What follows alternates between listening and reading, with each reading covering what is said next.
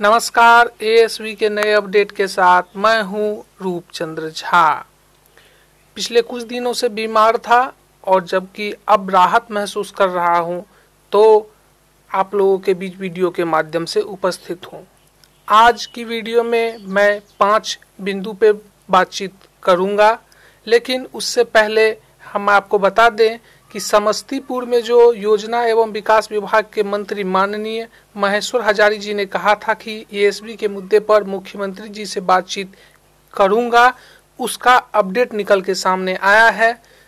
ASB के जिला अध्यक्ष समस्तीपुर से राजेश जी के द्वारा जो जानकारी दी गई है, उनके अनुसार बताया गया है कि महेश्वर हजारी जी और मुख्यमंत्री जी के बीच में बातचीत हुई थी। चूंकि यह चुनावी मौसम है, जहां पर बहुत सारे लोग सीएमओ में उपस्थित रहते हैं, मुख्यमंत्री के आवास में मौजूद रहते हैं, फिर भी महेश्वर हजारी जी के द्वारा मुख्यमंत्री जी से बातचीत हुई। मुख्यमंत्री जी ने कहा कि एएसबी संगठन के लोग भी मुझसे मिले हैं, हमने कहा है कि काम करेंगे। महेश्वर हजारी जी ने इसके साथ ही राजेश जी से ये भी कहा कि आप सरकार का सभी तरह से समर्थन करिए और चुनाव जीतने के बाद सबसे पहला कार्य आप लोगों के मैटर पर ही किया जाएगा। अब जो कि मैंने कहा है कि मैं 5 बिंदु पर बातचीत करूंगा। सबसे पहले बात करते हैं तेजस्वी यादव जी, जो कि आरजेडी के इस समय सबसे बड़े नेता है, साथ ही मौजूदा कार्यकाल में विपक्ष के भी नेता हैं। तो उन्होंने एक बहुत बड़ी घोषणा की है कि यदि उनकी सरकार बनती है तो वो पहले कैबिनेट में ही 10 लाख लोगों को सरकारी नियुक्ति का प्रावधान कर देंगे। प्रावधान का मतलब होता है कि ऐसा कोई पद 10 लाख क्रिएट कर देंगे, जिस पर निरंतर बहाली की प्रक्रिया आने वाले दिनों में चलती रहेगी। एक बात आप लोग अच्छी तरह से जान लीजिए कि तेजस्वी यादव जी का पहला दौर, पहले तेजस्वी यादव जी इस घोषणा से पहले उनका कद जितना बड़ा था, इस घोषणा के बाद अचानक ही उनका कद बहुत बड़ा हो गया है। ग्राफ जो है बहुत बदल गया है। पहले और अब 10 लाख की घोषणा के साथ ही उनका पैरामीटर अचानक ही तेजी से ऊपर उठ गया है। ये भी आपको जानना आवश्यक है कि बिहार में बहुत सारे राजनीतिक पार्टी हैं और बिहार विधानमंडल के 2 सबसे प्रमुख पद होते हैं। एक तो सत्ता पक्ष का प्रमुख पद होता है, जो जिस पर मुख्यमंत्री जी विराजमान रहते हैं, और दूसरा विपक्ष का सबसे बड़ा पद होता है, जिसकी तुलना हमेशा मुख्यमंत्री जी से ही की जाती है, और वो होता है विपक्ष का पद। तो विपक्ष के नेता इस समय भी तेजस्वी यादव है, और यदि चुनाव के बाद स्थिति इसी तरह की रहती है, फिर भी विपक्ष के नेता तेजस्वी यादव ही रहेंगे। और यदि जिस तरह से ग्राफ बढ़ रहा है और उसको वो भुनाने में सफल रहे, तो फिर सत्ता के पक्ष जो कि मुख्यमंत्री का पद होता है, वहां पर भी वो काबिज हो सकते हैं। कुल मिलाकर बिहार विधानमंडल के भीतर जो सबसे बड़े पद हैं, उन दोनों पदों में से एक पद पर तेजस्वी यादव का आना निश्चित है। तो अब सबसे पहले हम बात करेंगे कि वो 10 लाख जो घोषणाएं हुई है, 10 लाख लोगों को सरकारी नौकरी देने का प्रावधान है, वो क्या है और उसका एएसबी से कैसा संबंध है। तो मैं आपको क्लियर बता दूं कि उसका एएसबी से कोई लेना देना नहीं है। अभी आप स्क्रीन पे जो देख रहे हैं, उससे आप स्पष्ट समझ जाइएगा कि वे 10 लाख लोग कौन है। देखिए, एक स्क्रीन पर जो अभी आप देख रहे हैं, तेजस्वी यादव जी के द्वारा 5 सितंबर 2020 यानी कि इसी महीने की 5 तारीख को तेजस्वी यादव जी के द्वारा एक वेब पोर्टल लॉन्च किया गया था। साथ ही एक मोबाइल नंबर भी दिया गया था, जिस पर कहा गया था कि बिहार के सभी बेरोजगार इस पर पंजीकरण करवा लें। तो ऐसे लोग कुल 22 लाख से भी ज्यादा, तकरीबन 23 लाख लोग अब तक पंजीकरण करा लिए हैं। तो कुल मिलाकर समाचार बताए जाने तक इस वेबसाइट पर अब तक 25 लाख के करीब लोग जो है पंजीकरण कर चुके हैं। और ये पंजीकरण 2 तरह से होता है, एक तो पोर्टल के माध्यम से और दूसरा मोबाइल नंबर पर मिस कॉल के माध्यम से। पंजीकरण जो दो तरह से हुआ है, पहला पंजीकरण जो पंजीकरण वेब पोर्टल पर कराया गया है उसमें तकरीबन 10 लाख के आसपास लोग पंजीकृत हुए हैं, और जो मिस कॉल दिया गया है उस पे अब तक 15 लाख के आसपास लोग पंजीकरण करा चुके हैं। तो उन्हीं 25 लाख लोगों में से 10 लाख लोगों को रोजगार देने की बात है। चूंकि एएसबी अब तक उस पोर्टल पर खुद को पंजीकरण नहीं कराए हैं, इसीलिए इसका एएसबी से कोई लेना देना नहीं है। अब बात करते हैं दूसरे बिंदु की, यानी कि मैनिफेस्टो की। सबसे पहले जान लीजिए कि किसी भी पार्टी का सबसे बड़ा हथियार होता है मैनिफेस्टो। मैनिफेस्टो में खुद को शामिल कराना एक बड़ी उपलब्धि है।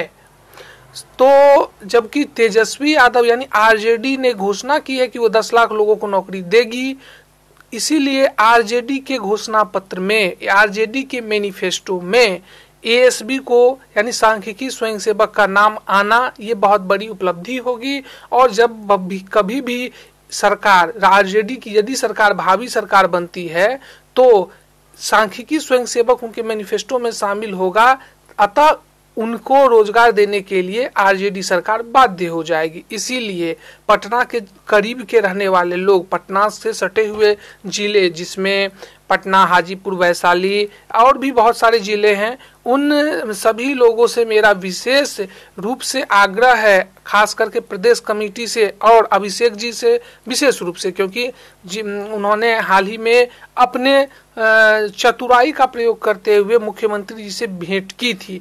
इसके अलावे भी और जो भी प्रदेश कमेटी के लोग हैं, साथी जो कोई भी सक्रिय साथी हैं जो एएसबी के लिए अच्छा काम कर रहे हैं, उनसे मेरा आग्रह है कि वो सभी लोग तेजस्वी यादव के मैनिफेस्टो में एएसबी के मैटर को डलवाएं। आपने देखा होगा कि प्रेस कॉन्फ्रेंस में उन दिनों तेजस्वी यादव के साथ दो लोग उपस्थित थे। एक थे प्रदेश अध्यक्ष जगदानंद सिंह जी और दूसरा भोला यादव। भोला यादव दरभंगा के ही हैं, बहादुरपुर प्रखंड के हैं। चूंकि इस समय वो पटना में रहते हैं, इसीलिए उनसे दरभंगा के लोगों को दरभंगा में मिल पाना सही नहीं है, मतलब मुश्किल है।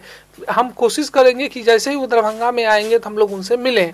लेकिन कुल मिलाकर पटना के करीब के रहने वाले लोग इस समय आरजेडी से संपर्क कर मैनिफेस्टो में सांख्यिकी स्वयंसेवकों को शामिल करवाएं। समय बीत जाने के बाद हाथ मलने के सिवा कुछ शेष नहीं बच जाएगा। और जब मैं मैनिफेस्टो की बात करता हूं तो सिर्फ आरजेडी की ही बात नहीं, बल्कि जेडीयू और भी अन्य पार्टियां हैं, उनकी भी मैं बात करता हूं। तो सभी स्तर से मिलकर मैनिफेस्टो में, सभी प्रमुख राजनीतिक पार्टियों के मैनिफेस्टो में एएसबी को शामिल करवाना लक्ष्य होना चाहिए। अब बात करते हैं तीसरा बिंदु। जो तीसरा बिंदु है वो है सोशल मीडिया। सोशल मीडिया पे एएसबी कभी भी खुलकर किसी पार्टी का समर्थन व विरोध ना करे, किसी भी पार्टी का समर्थन व विरोध ना करे, क्योंकि ऊंट किस करवट बैठ जाए ये कहना मुश्किल है। कुल मिलाकर ये बात आप अच्छी तरह से समझ लीजिए। मैं जानता हूं कि हमारे सांख्यिकी स्वयंसेवक में भी कई ऐसे लोग हैं जो भिन्न भिन्न पार्टियों का समर्थन करते हैं, तो मैं उनके समर्थन को रोक नहीं रहा हूं। मैं कह रहा हूं कि आप समर्थन करिए, लेकिन उस आईडी से मत करिए जिससे आपके एएसबी होने का प्रमाण मिलता हो। कहने का ये मतलब है कि आप एक एएसबी हैं, ये सरकार न समझ पाए, इस तरह से आप किसी का समर्थन या विरोध करिए, उसके लिए आपको कोई नहीं रोक सकता। चौथा बिंदु जो मैं आपको कहने जा रहा हूं वह है सुप्रीम कोर्ट का। हमारे एएसबी संगठन के एक व्यक्ति राकेश झा जी, जो कि सुप्रीम कोर्ट जाने पर विचार कर रहे हैं, या फिर कहिए तो वो सुप्रीम कोर्ट जाना चाहते हैं। मैं उसे मूर्खता ही कहूंगा कि आप सुप्रीम कोर्ट क्यों जाना चाहते हैं। सुप्रीम कोर्ट जाके आपको क्या हासिल हो जाएगा? आप कुछ भी नहीं कर सकते हैं। सरकार यदि मन बना लेगी कि आपको जॉब नहीं देना है तो आप सुप्रीम कोर्ट से जीत कर भी आ जाइएगा तो आपको नौकरी नहीं मिलेगी। आपको इसका मैं एक छोटा सा उदाहरण दे देता हूँ। SC/ST एक्ट के विषय में आपने पिछले साल देखा होगा कि सुप्रीम कोर्ट से जजमेंट आया था, जिसको मोदी सरकार ने तुरंत अध्यादेश से उस विषय पर अध्यादेश लाकर उसको बदल दिया था। तो कहने का ये मतलब है कि संविधान में एक ऐसा प्रावधान है कि सरकार यदि चाहे तो सुप्रीम कोर्ट के जजमेंट को भी बदला जा सकता है। उसके लिए आपको सदन के भीतर 2/3 बहुमत की आवश्यकता होती है। और आपने देखा होगा कि पिछले कुछ समय से जो भी दल सत्ता में रहता है उनके पास 2/3 बहुमत होती है।